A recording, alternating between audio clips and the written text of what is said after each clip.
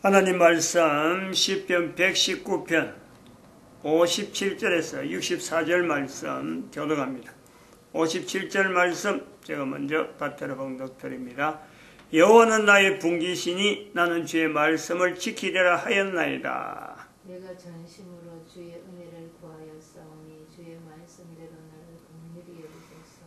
내가 내 행위를 생각하고 주의 증거로 내 발을 돌이켜 싸우며 주의 계명을 지키기에 심속히 하고 지체치 아니하였나이다. 악인의 줄이 내게 둘이 얽혔을지라도 나는 주의 법을 잊지 아니하였나이다. 내가 주의 의로운 규례를 인하여 밤중에 일어나 주께 감사하리이다. 나는 주를 경외하는 모든 자와 주의 법도를 지키는 자의 동무라. 여호와여 주의 인자하심이 땅에 충만하여 싸우니 주의 율례로 나를 가르치소서. 아멘. 나는 주를 경외하는 모든 자와 63절 주를 경외하는 모든 자와 주의 법도를 지키는 자의 동무라.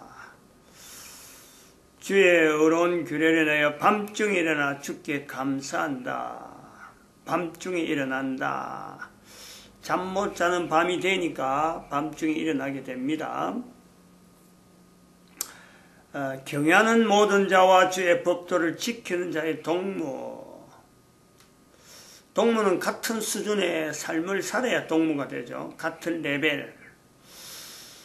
그러면 우리가 남과 북일 때 남과 북은 동무일까? 대적일까? 지금 현재 상태 같으면 대적입니다. 대적.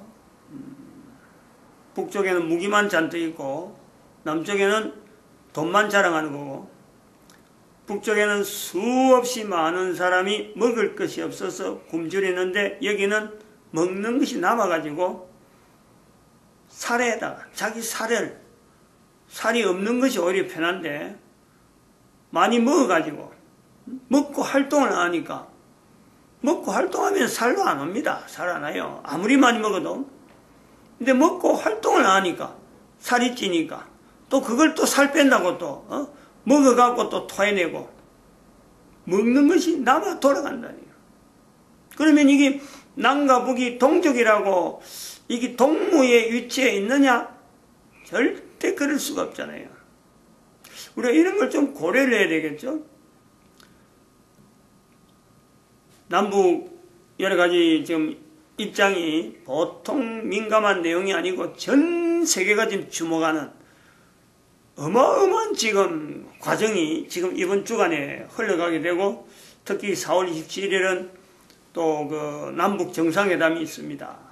남북 정상회담은 뭐 때문에 있느냐? 왜 긴장하느냐? 5월 달에 북미 정상회담이 어떻게 될 거냐? 여기 이제 전초 기지거든. 앞서 나다니 전초적인 어떤 그 지금 앞서 나가는 정찰대란 말이에요. 정찰대. 그럼 이 북미 정상회담이라는 것은 금년 들어서 제일 큰 세계적인 이슈가 될 수 있는 어마어마한 사건이 되는 거예요. 근데 그게 이제 대한민국에 일어나는데, 대한민국에서 남쪽에 위치하고 북쪽의 입장이 서로 너무너무 다르다는 거지. 똑같은 사안을 두고 있는데 보는 각도가 다르고 각각 개선하는 내용이 다 다르다. 그건 동무가 아니죠.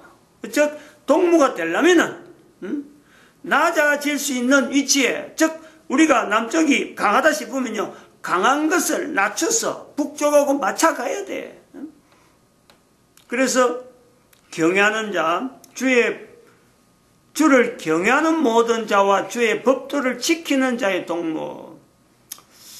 남쪽에 있는 사람들이 북쪽에서 지금 먹을 것이 없어서 고통당하는, 입을 옷이 없어서 고통당하는, 중국을 통해서 막 탈북을 하려하는 그 사람들의 입장을 우리는 얼마나 내 삶을 통해서 저걸 어떻게 하든지 연결시킬 수 있는, 내 삶에 연결된 어떤 환경으로 만들어 보려고 하느냐, 이런 고민을 하느냐. 그런 고민 속에 남북 정상회담을 바라보고 북미 정상회담을 바라보는가, 이런 어떤 자세하고 내가 과연 우리 남북 간의 이 한민족이다 하는 것을 말할 수 있는 입장이 되는가, 이런 것도 우리가 고려해 봐야 됩니다. 지난번에 어떤 사람들은 북한하고 남북이 통일이 되면은 북한의 땅 장사 제일 먼저 올라가서 북한의 저 땅들 부동산 투기해지.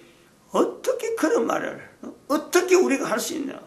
남한에 있는 사람이 사실 그런 사람들은 그렇게 말하는 사람들은 그 자손들이요 완전히 좋지 않는 결과를 맞을 수밖에 없는 완전히 돈을 갖고 다 계산하는 사람들. 자손이 이게 절대 좋지 않아요. 그거는 자손들이 남아 있을는지 안 있을는지 그건 모를 정도로 사실 축복이 안 나가는 그런 말들이죠. 우리가 지금 그 역사 시대라고 하는 이 내용에 역사 시대라는 것을 가지고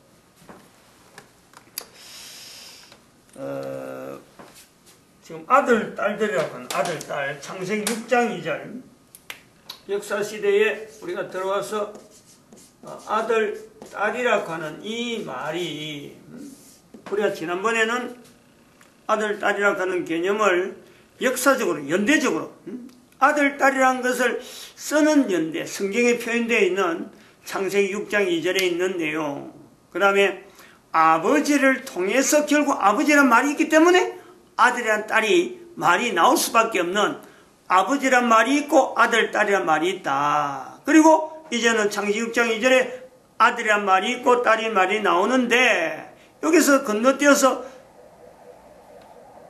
미가서 7장 6절에 아들이 아버지와 딸이 어머니와 이런 어떤 갈등 문제가 나오는 이런 표현이 있는 것을 통해서 시간적으로 엄청난 어떤 시간이 많이 흘러가는 많은 어떤 사건이 있는 중에 아들이라고 딸이라고 하는 이 개념 자체가 창세기 6장 2절에 기록될 때의 요소는 아버지로부터 아들, 딸이 나타나면서 미가서 6장 2절에, 미가서 7장 6절에 나오기 전에 가정이라는 제도, 결혼이라는 제도가 어느 정도 사회가 수용할 수 있는 그 시대가 되어서 아들이라는 딸이 말이 나왔을 것이다. 라는 것과 그럼 아버지, 아들, 딸이 나오면은 빠져있는 엄마의 자리, 엄마라는 것은 어떻게 나왔을까? 그건 엄마가 아이들에게, 아들, 딸들에게 엄마라고 연결시키는 아주 별도로 이거는 자생적이면서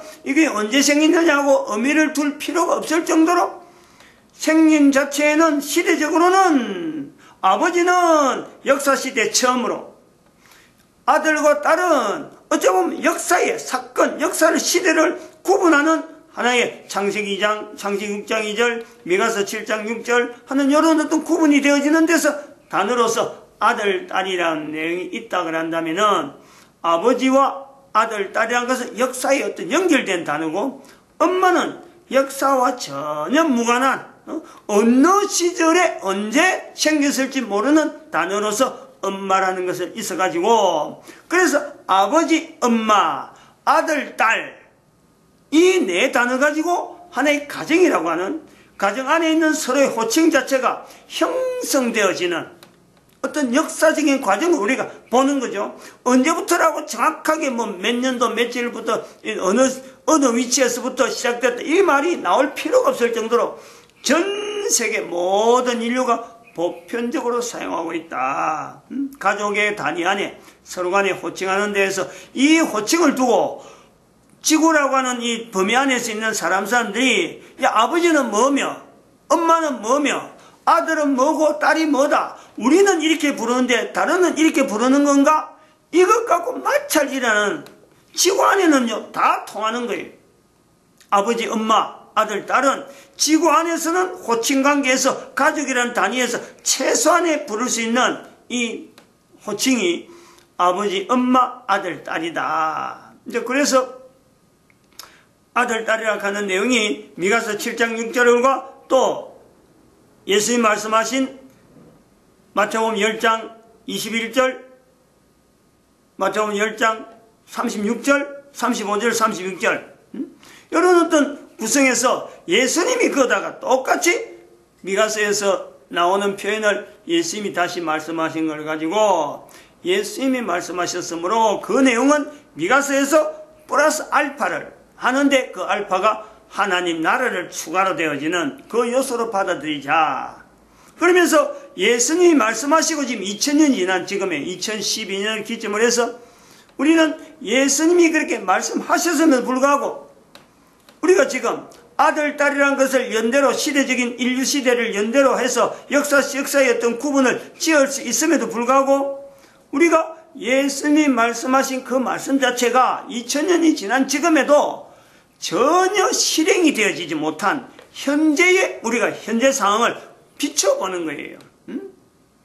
그것에는 왜 그러느냐?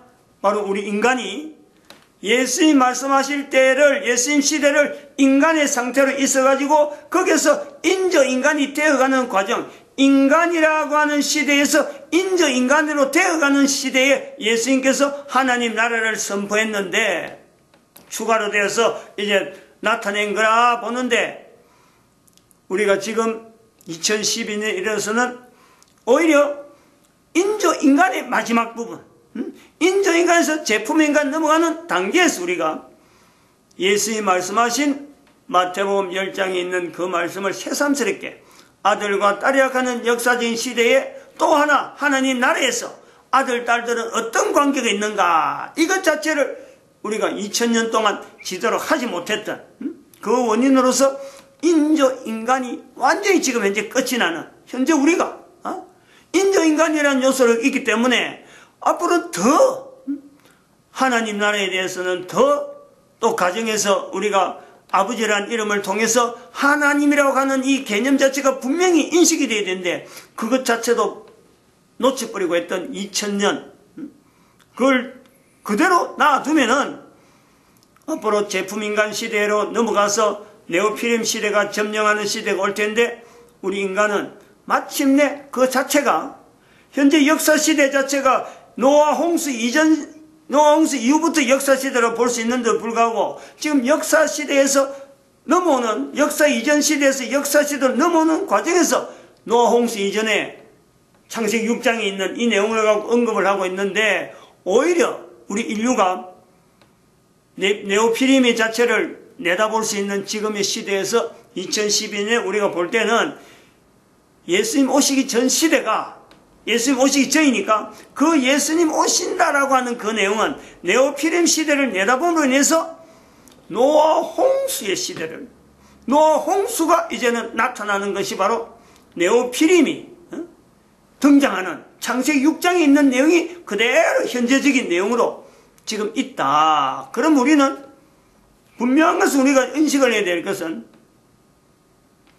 아들과 딸에 대해서 이야기가 진행되면서 역사의 어떤 흐름에서 구분을 하는 이 과정에서 2012년에 이르러서 네오필름의 등장을 통해서 우리는 역사를 어디로 땡기느냐면은 노아 홍수 이전에 있는 우리를 현재적으로 인식을 해야 된다.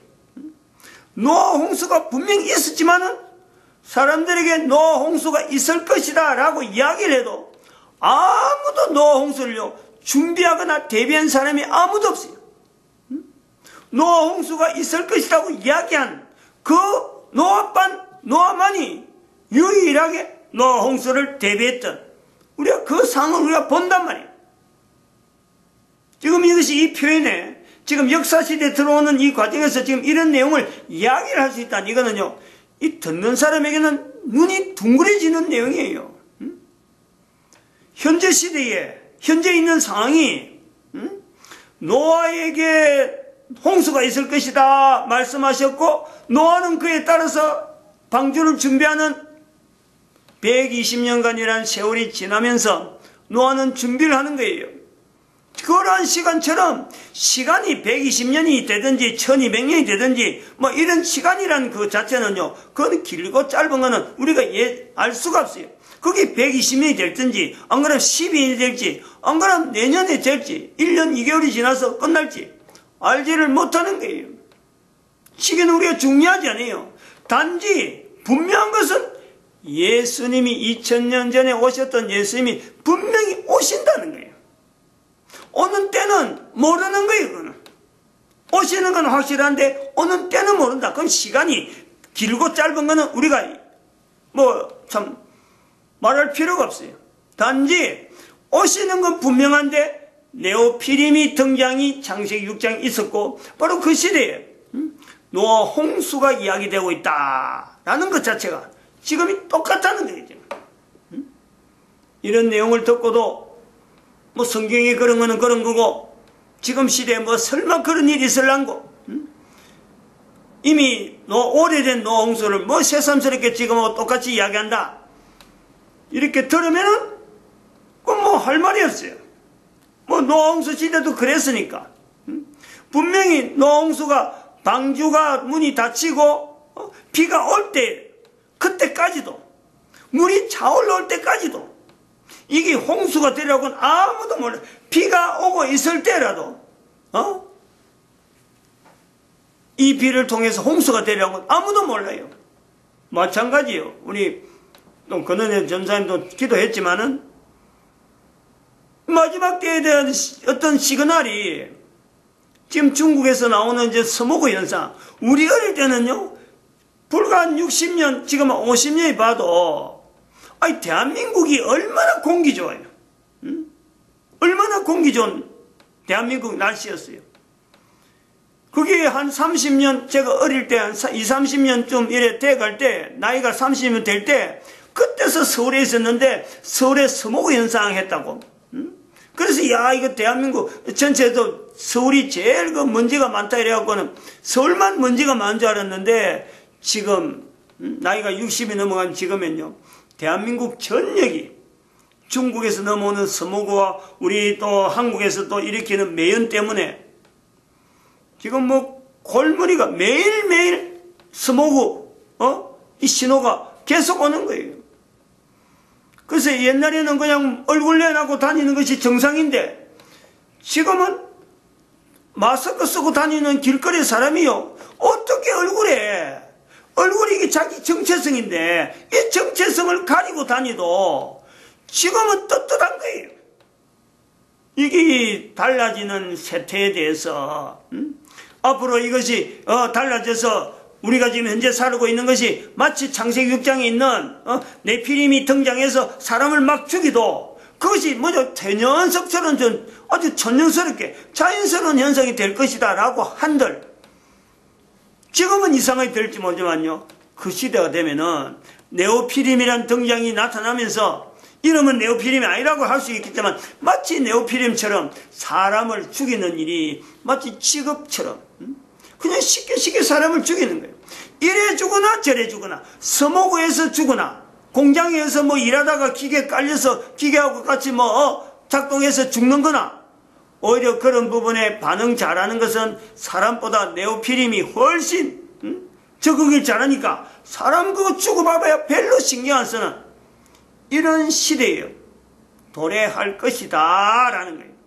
그럼 그런 시대가 왜 도래하느냐? 창세기 6장 2절에 있는 네피림이 있어서 이제는 노아 홍수가 당연히 나타날 수밖에 없는 그 상황이 되듯이 우리가 그 시대가 되면은 그때서 비로소 창세기 6장 2절이 지금의 네오피림이고 이것이 현재 시대의 창세기 6장 2절이구나 6장이구나 라고 할 때가 온다면은 그때서 비로소 안다면은 얼마나 우리 인간들에게 억울해요.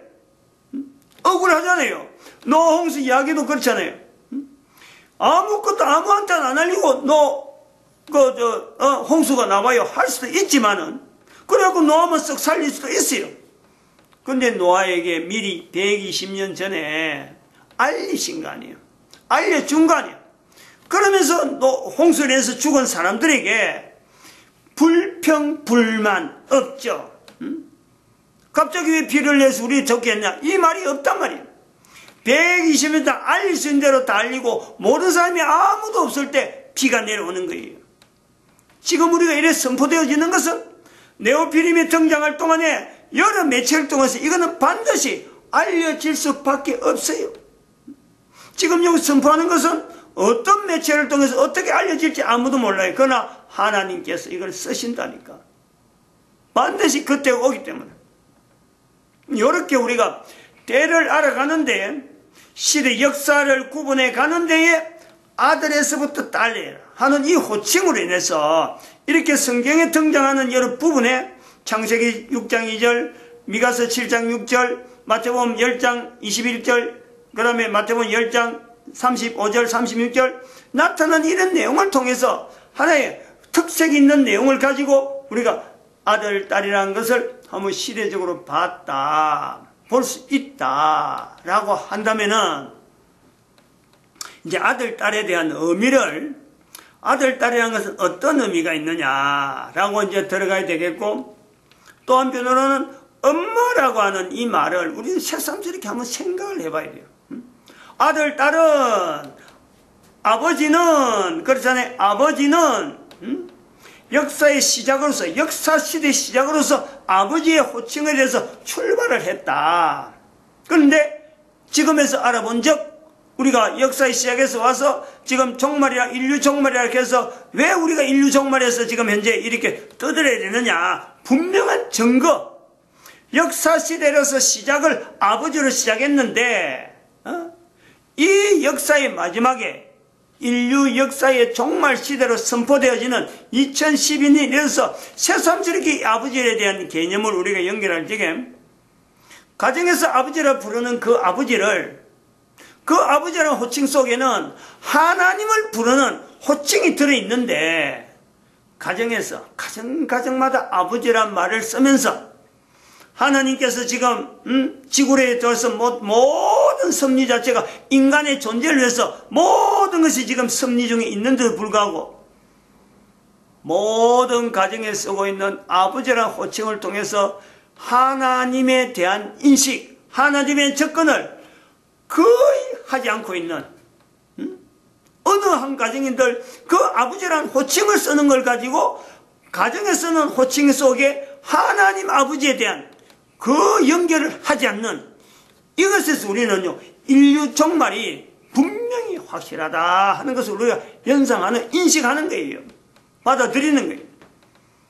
그리고 아들과 딸이라고 하는 내용은 이제 이런 시대적으로 역사 시대에 대한 여러 가지 구분을 하는데, 아들이란 딸이 이제는 분명히 이제는 우리가 접근해 볼 수 있는, 이미 지난 시간 했기 때문에 아들, 딸을 쓰는 연대의 어떤 차이, 특징들, 이 특징들을 통해서 인류 연대를 어느 정도 구분해 볼 수 있겠다 하는 것을 인식한단 말이에요. 그러면은 아버지, 아들과 딸이 있는데 우리가 지금 분명하지 못하는 것은 엄마라는 위치, 엄마라는 호칭과 역사와는 어떤 관계가 있느냐, 어떤 연관성이 있느냐, 언제 생겼을지도 모르는 거예요. 왜냐하면 언제라는 말은 역사 자체에 대해서 접근해서 어떤 시기쯤에서 엄마란 말이 가정에 보편적으로 쓰게 됐을 것이다 라고 할 수 있어야 되는데, 엄마는 역사에 나타날 수 있는 그런 단어가 아니다. 엄마 스스로가 아들, 딸들에게 엄마를 소개하는, 이거는 철저하게 좀 개별적인 거예요. 근데 개별적인 게 서로 공용으로, 서로 서로 소통한다는 거예요. 자, 이래서 이 엄마라고 하는 이 개념, 아버지, 엄마, 아들, 딸, 이 네 호칭이 하나의 가정에 구성되어지는 호칭의 전체인데, 아버지와 아들과 딸과 이 내용들은 역사하고 분명히 관계성이 있는데, 엄마라는 호칭은 역사와 관계성이 없다. 이걸 분명히 인식을 해요. 엄마라는 호칭은 분명히 있는데 아버지, 아들, 딸은 역사와 연관성이 있어서 나타나는, 설명이 되어지고 어떤 시대를 구분할 수 있는 데서 역사의 어떤 내용을 하고 연결해 볼 수 있는데, 엄마라는 단어는 역사라는 단어하고 전혀 무관하다. 이것이 어떤 의미가 있느냐? 이것은 도대체 엄마라는 위치는 도대체 뭐냐? 요걸 인식을 해야 돼요. 역사 시대라고 하는 건 들어가는 거예요. 가정 단위로 해서 분명히 거기는 아버지의 호칭이 있고 엄마 호칭이 있고 아들, 딸이라는 호칭이 전 세계 공용으로 하고 있는데, 엄마라고 하던 이 호칭이 역사 시대에서 주어지는 그 위치는 도대체 어떤 내용의 위치가 있느냐? 이거는요, 적어도 저는 그렇게 주장하고 싶어요. 아버지로부터 역사에 시작된 것에도 중요하지만은 아들, 딸이 나타내는 역사를, 시대를 구분하는 것도 중요하지만은 역사 시대임에도 불구하고 역사를 관통하는 어느 시대라고 구분할 수 없는 엄마라는 단어가 있다는 거예요.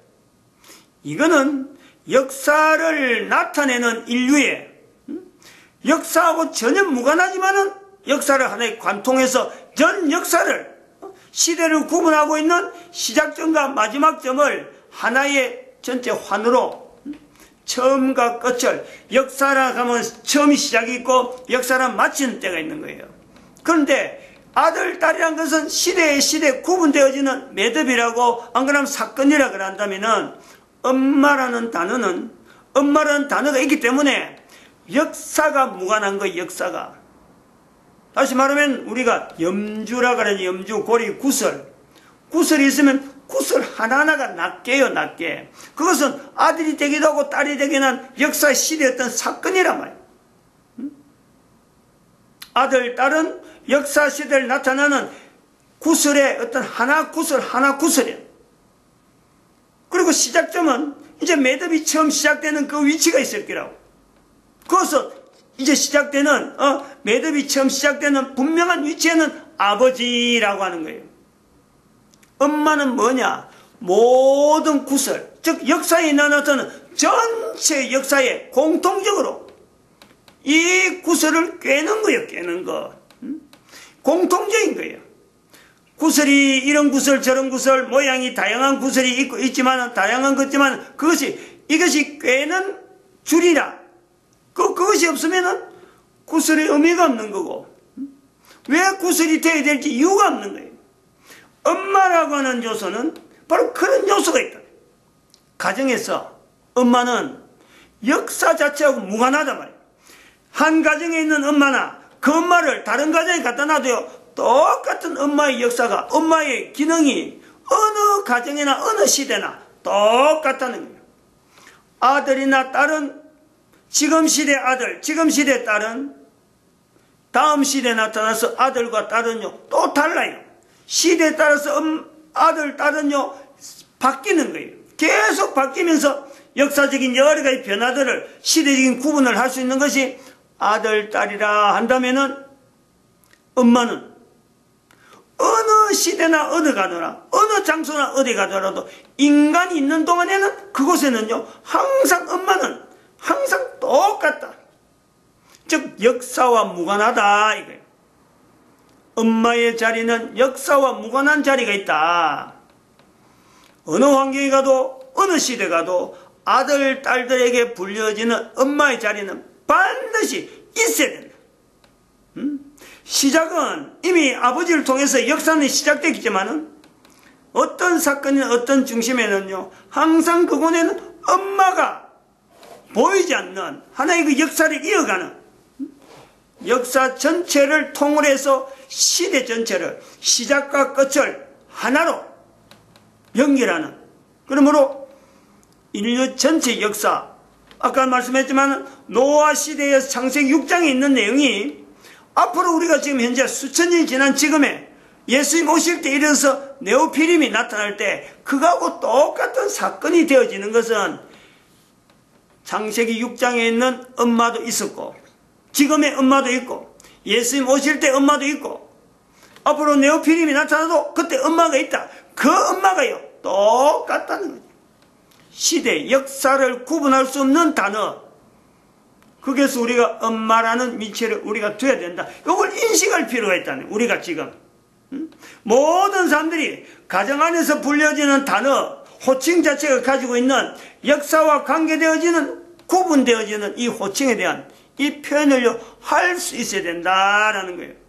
왜냐하면 지나간 과거의 역사 속에 우리는 현재는 지금은 돌아오는 역사와 연결해서 앞으로 지금 있는 시대에서 일어나는 자그마한 일이 하더라도 이 자그마한 일이 앞으로 미래에 어마어마하게 큰 일이 되어질 수 있는 어떤 그 구성에서, 어떤 요소에서 역사라는 내용을 우리가 다루고 있단 말이에요.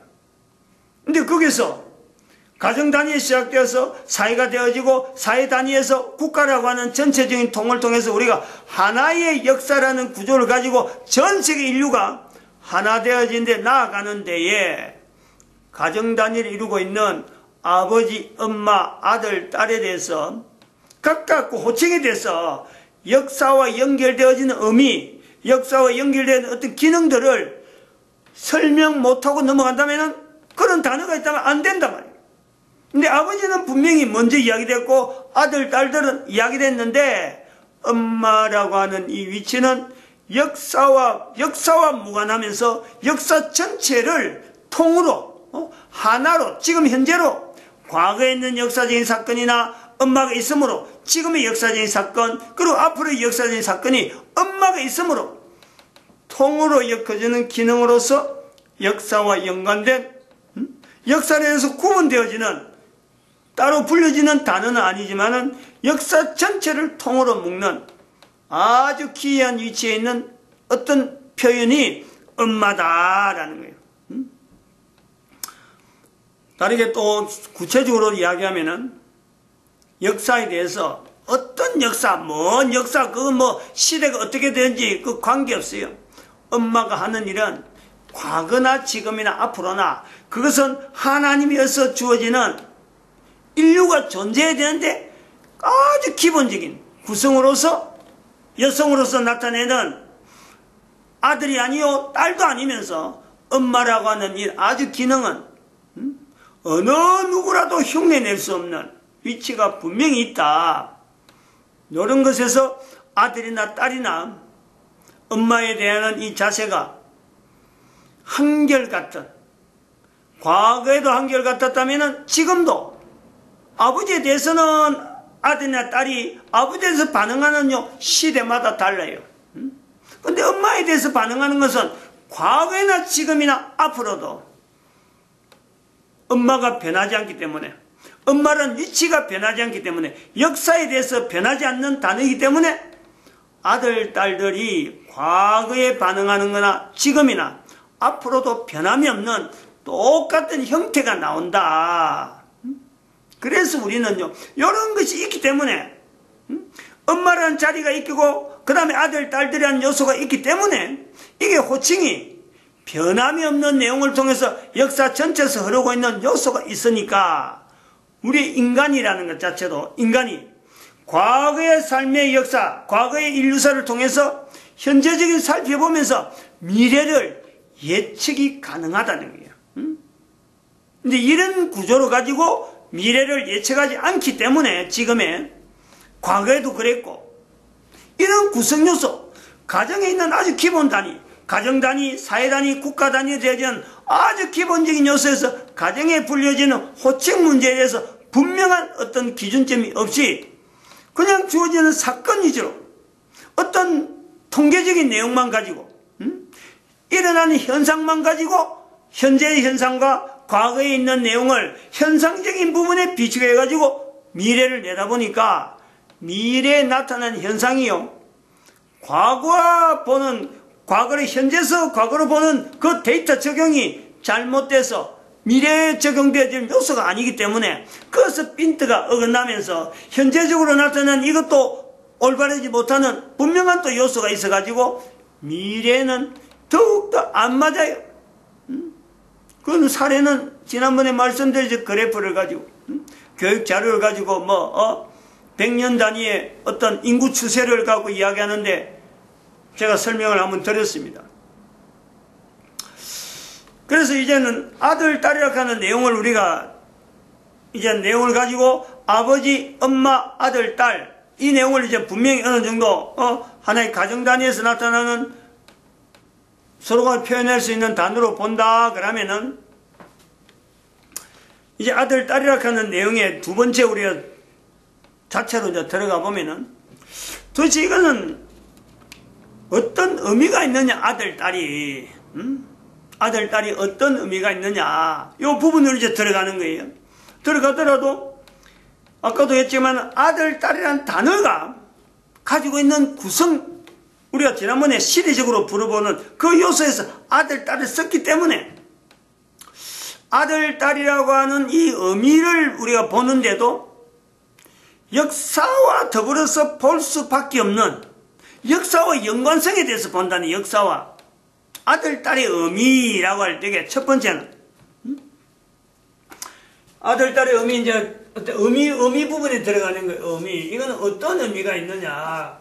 이제 결국은 창세기 6장 2절에 하나님의 아들, 사람의 딸이라고 하는 표현을 쓰는데, 하나님은 이미 구성해서, 하나님이 이미 전제로 되어 있고, 사람은 그에 따라서 하나님에 의해서 전제가 되는 어떤 요소가 있는데, 도대체 아들이라는 요소를 왜 하나님에게 붙이고 딸이라는 요소를 왜 사람에게 붙여서 이런 어떤 틀이 됐을까? 이 부분인데, 그러면 아들, 딸이라고 하는 내용의 의미를 뭐로 봐야 되느냐? 그 해석을 하기 위해서 아들과 딸이라고 하는 의미를 우리가 보는 데에 이 안에 전제 조건이 있단 말이에요. 전제 조건이. 무조건 아들이 어떻다, 딸이 어떻다 설명해버리면 이건 안 맞는 거예요. 설명하려는 사람이 어떤 조건을 붙여서 그 조건에 한정해서 이런 범위에서 보겠다는 거지. 아들이나 딸이라는 거 아무 조건도 없이 그냥 떠벌리다가는 듣는 사람도 맹하는 거고, 무슨 것은 이야기가 앞도 없고 뒤도 없는 그런 표현이 되겠느냐라는 거예요. 그래서 역사라는 내용에 우리가 분명히 근거를 해서 역사 시대에서 우리가 이야기할 적에 역사 부분에서 시대를 아들, 딸을 어떤 부르는 호칭에 대해서 그것을 우리가 창세기 6장 2절, 미가서 7장 6절, 마태복음 10장 이런 내용에서 이건 분명히 시대적인 요소가 분명히 구분되니까 이런 것이 있듯이 아들, 딸이라는 말을 썼다라고 할 때 우리가 조건을 한번 붙인다면 그런 거예요. 첫 번째는 인류 역사를 앞분이 이야기할 때 인류 역사를 구분하는 단위로 보겠다. 단위로. 이 내용을 갖고 앞에 설명한 거예요. 창세기 6장 2절에 이야기할 때하고 그 다음에 미가서 7장 6절, 마태복음 10장하고 이건 시대적인 구분의 아들, 딸이라는 내용을 가지고 이야기를 한 건데 그것을 인류 시대 역사를 하나의 아들, 딸이라고 하는 것을 통해서 인류 역사를 구분하는 단위로 보겠다. 단위.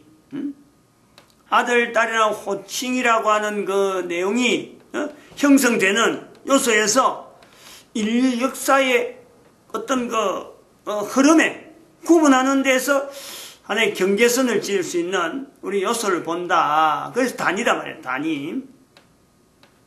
그럼 이렇게 단위로 본다면은 이 조건이 1 다음에 조건이 요 조건이 성립된다면은 그 조건이요. 하나의 조건으로 단위로 본다면은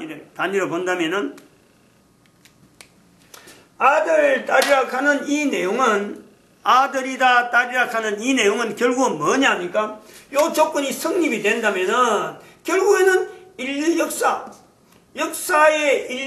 일어나는 내용이죠, 내용. 아들, 딸이라 하는 내용은 사실은 사건이다, 사건. 내용이라는 거죠. 아들, 딸이라는 표현을 쓴다. 즉 아들이 있다, 딸이 있다. 어떤 아들이다, 딸이다 하면 그 가정에 아들이 없다가 딸이 있고 가정에서 어떤 가정 단위가 형성되는 거예요. 아들이 하나 생겼다, 딸이 하나 생겼다. 그 가정에 사건이라 사건. 마치 또 인류사에는 아들이란 딸이라는 호칭에 대해서 연결되어진 여러 가지 다양한 변화되는 그 사건들, 흘러가는 사건들. 전쟁이 일어났다. 전쟁이 일어났는데 어느 집에 누구 집에 아들이, 누구 집에 딸이 그 사건 속에서 어떤 경우를 당했다. 연결되어지는 아주 기본적인. 거기서 전쟁이 나고 무슨 일이 나는데 아들, 딸들이 어느 집에 누구 막론하고 관계되어지는 집에 아들이 없이 관계없는 그런 집이 있겠어요? 다 관계돼요. 즉 사건 자체, 인류 역사의 단위를 나타내면서 인류 역사의 다양한 사건의 내용 자체가 함축되어 있다. 함축. 아들이란 말과 딸이란 말 속에 이 내용이 함축되어 있다. 이 조건이에요, 조건. 1번 조건, 2번 조건.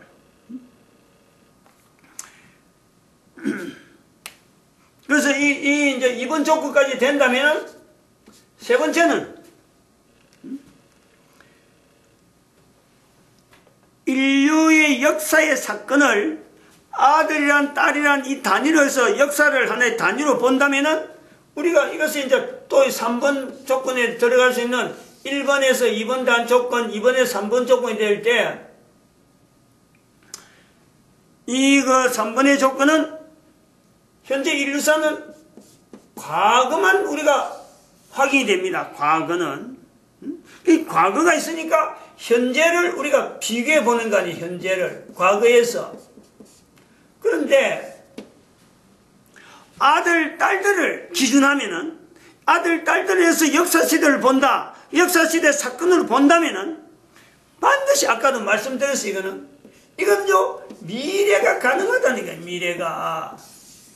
그럼 이거는 정확하게 그 정도가 예측을 하는데 정도가 어느 정도 우리가 예측이 가능하냐. 3시간 안에 99.5% 이 정확성이 있다. 정확성. 아들과 딸이라고 하는 내용을 가지고 미래를 예측하는 역사시대를 두면서 또 그걸 사건 단위에 모든 인류사에 나타나는 모든 내용에 그 내용에 분석하고 구조로 들어가서 아들과 딸의 범위를 해서 그 사건을 정리하고 하나의 것을 데이터로 잡고 하면은 미래에 대해서 나타날 수 있는 모든 내용에 사람이 할 수 있기 때문에 100%는 부족해요. 100%. 100%로 하면 그거는 뭐 안 되니까. 적어도 정규문포에 99.5%의 신뢰 구간을 두고 가능성을 둔다. 요 내용을 이야기를 할 수 있다. 아들이고 딸에 대해서 그걸 근거로 해서 과거에 있었던 아들, 딸과 현재적인 아들, 딸에 대한 내용과 미래에 대한 아들, 딸들을 본다면 그것이 미래에 대한 그 정확도가, 예측의 정확도가요, 반드시 일어날 수도 있고, 반드시 그래도 99%, 99.5%가 가능하다. 이거는, 통계하는 사람 입장에서 이걸 보면요, 이거는, 이 수치는요, 깜짝 놀라는 거예요. 어떻게 목사가, 아니, 데이터 이래서 통계학을 전문하지도 않았는데, 어떻게 일개 목사가 미래에 대한 예측을 99.5%로 이렇게 장담하면서 나올 수 있다라고 할 수 있나? 어쩌보면 좀 터무니없어. 맹랑한 거예요, 맹랑. 그냥 한번 찌끄리다가, 그냥 없어질 만한 그런 소리가 아니겠느냐 할 정도예요. 99.5%는 정확도에서 99.5% 신뢰성 99.5% 이야기한다는 건요. 이거는 참 어마어마한 거예요. 어떤 이런 거는. 그런데 목사가 이제 이런 이야기를 할 수 있는 내용이 뭐냐. 역으로 거꾸로 이제 이야기를 하는 거예요. 거꾸로. 어떻게 목사가 아들, 딸이라는 걸 내용을 가지고 과거와 미래, 현재를 이렇게 내다보면서 과거, 현재로 해서 미래로 해서 한통하면 99.5%의 신뢰 구간이 분명하다라고 말할 수 있느냐라고 할 때는 거꾸로, 역으로 이 말을 알아듣던 사람들이 대상이요. 사실은 일반인들은 잘 몰라요. 못 알아들어요. 대학에서 교수라고 하는 사람, 현재 2012년, 지금 현재 18년이고, 대학에서 교수라고 하는 사람은요, 어느 누구든지 이 말을 이해를 합니다. 받아들이는 거예요. 못 알아듣는 말이 아니다는 거예요. 본인이, 저건 난 못 받아들이겠어 할 수는 있지만은, 저건 너무 맹랑해 할 수 있지만은, 저기 무슨 이야기를, 무슨 근거를 해서 저런 말 하는고, 저 어디서 저런 말이 나올 수 있는고 하고 할 사람은 아무도 없단 말이에요. 왜냐하면, 지금 대학 교수들이, 대학 교수 하는 일들이 기초적으로 배워야 될 요소가 대학 교수에 강의한다. 그 강의만 하는 게 아니에요. 어떤 분야에. 그 강의 내용을 가지고 강의해야 되겠다 대학 교수가 되는 그 자리를 가지고 위치해서 현재 사회에서 일어나는 모든 사회적인 내용에 적용. 이것이 과연 여기서 나타난 내용이 어느 사회 여러 가지 현상에 맞을 건가 안 맞을 건가 그것이 전혀 맞지 않는 내용을 갖고요. 절대 대학에서 강의 못해요. 다른 말로 하면 직장, 현재 대학에 어느 대학이든지 직장이라는 요소를 떠나서는요. 한 사람도 강사로서 교수로서 활동을 못해요. 할 수 있는 대로는 있다 그러면은 신학교 교수들이나 이 내용 몰라도 넘어갈 수 있어요. 그건 직장하고 관계없으니까. 사회성에 대한 여러 가지 현상을 몰라도 신학교 교수들은 강의를 하는 거예요. 뭐 만날 성경만 보고 성경 해석하는 것만 갖고 가능하니까. 그런데 신학교 교수 제외하고는요. 어디든지 이거는 확률과 통계에 대한 내용이고 이 정규분포에 대한 내용이니까 정규분포에 대한 어떤 상식이 없이 대학 교수를 한다. 그거는 아까도 말했지만 신학교에는 그거는 있을 수가 없는 내용이다. 그래서 목사가 이런 말을 하는 근거는 현재 모든 사람들이 현재 장래 미래에 대한 내용을 이야기를 할 때는 항상 이거요 기본적으로 내놓는 것이 정규분포에 대한 개념이에요. 이 정규분포에 대한 개념 없으면은 이야기가 안 들어가요. 그 있는 단어가 지금 99.5%라는 단어가 바로 정규분포에 있는 3시그마 범위 아니다 하는 거로. 지난 시간에도 말했지만 3시그마 밖에 바로 있는 것이 0.5%니까 0.5%에서 반 잘라갖고 여기까지가 3시그마 열을 잡으면은 여기가 0.25%, 여기가 0.25%, 그래 0.5%, 99.5%에서 0.5% 다음 100%. 이런 내용을 두고 있는 내용이기 때문에 바로 이 정규분포를 모든 사람들이 다 인정을 하고 있기 때문에 대학 교수가 전체적으로 이것을 인정을 하는 게 정규분포를. 바로 정규분포가 일어나는 이 근거를 이런 정규분포가 있기 때문에 아들과 딸이 반드시 여기에서 아들과 딸을 근거로 해서 역사 시대를 구분하고 또 역사에 있던 모든 사건을 아들과 딸을 중심해서 이해해야 되고 그리고 아들과 딸이라고 하는 이 내용을 가지고 과거와 현재와 미래에 대한 내용을 갖고 일체적으로 보면은 미래에 대한 내용이요. 지금까지 어떤 데이터를 활용하는 내용보다도 정확도가 99.5%가 가는 이 분명한 내용을 가지고 우리가 이야기할 수 있다. 이게 우리가 일치가 된다는 거예요. 오늘 여기까지 하겠습니다. 마칩니다. 기도드립니다. 할렐루야 함께 하심에